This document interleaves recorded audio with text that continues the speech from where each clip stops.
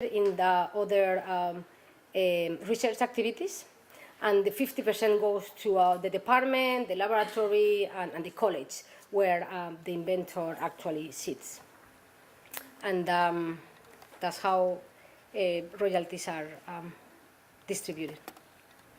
And then another requirement that I mentioned is the need to have an infrastructure to support technology transfer and industry collaborations. As I said, every campus at UC has a technology transfer office, and at UC Davis, our tech transfer office name is Innovation Access. And there are many creative names in different campuses. So the tech transfer office was created in 2004, and it manages a portfolio of inventions that are developed with a budget, an annual budget of approximately $750 million. As I said, usually between 275 to 290 inventions are disclosed every year, and there is a typo. The staff is approximately 27, 28 people these days. And it's a combination of profiles or of people with different backgrounds. There is the tech transfer services, including scientists and lawyers, and then there is business development services, which is the business side that are involved in the licensing. All right, and then before we move into the two case studies, I wanted to as well list sort of the 4 potential licensing transactions that can occur in a tech transfer office. You can have a non-exclusive licensing agreement with a company, and that is the case usually when your technology is ready to be commercialized. It doesn't require any further R&D investment. And that was happened with plant varieties. Plant varieties, once they are developed and bred, they are ready to be commercialized. So usually our licensing involving plant varieties are non-exclusive. And I will tell you about that in a few slides. The case of the trehalose is a sugar that appears in some plants that can have an effect to support dehydration. And therefore it has an application in some drugs to increase the shelf life of these drugs. So trehalose was used to create a drug that is called Ambisome.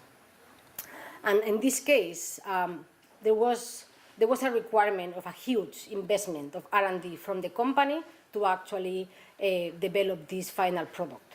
So in this case, there was an exclusive license between UC Davis and the company, because there was no way that a company would agree to get a non-exclusive license to compete with somebody else. So when there is a huge requirement of investment to develop the invention, most likely you will have to deal with an exclusive license.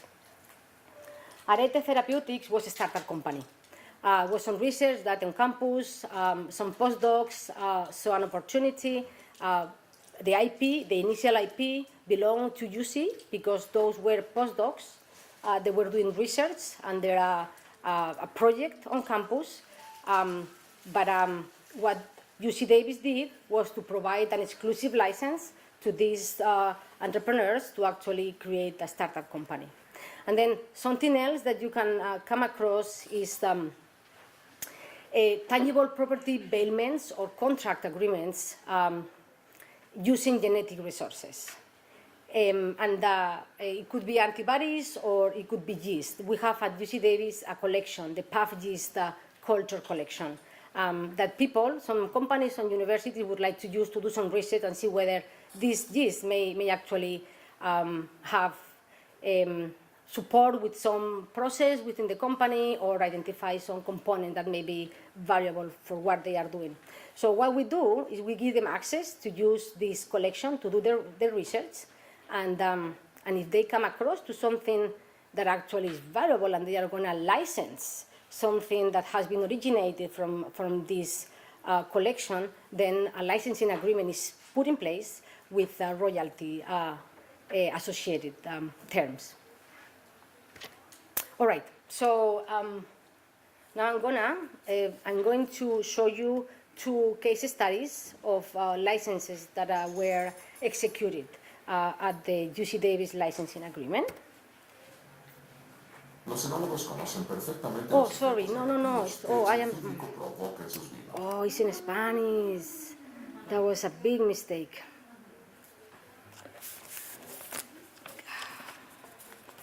Big mistake. Give me a sec. Will you give me a sec? Let's go back to the website and try to do it.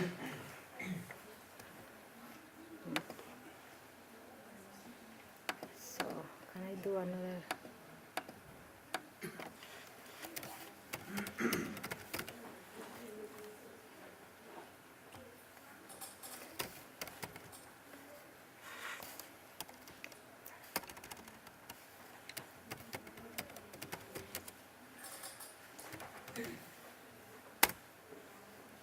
Is there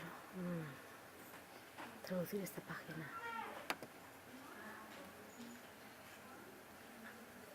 Okay. Can we English, okay? English.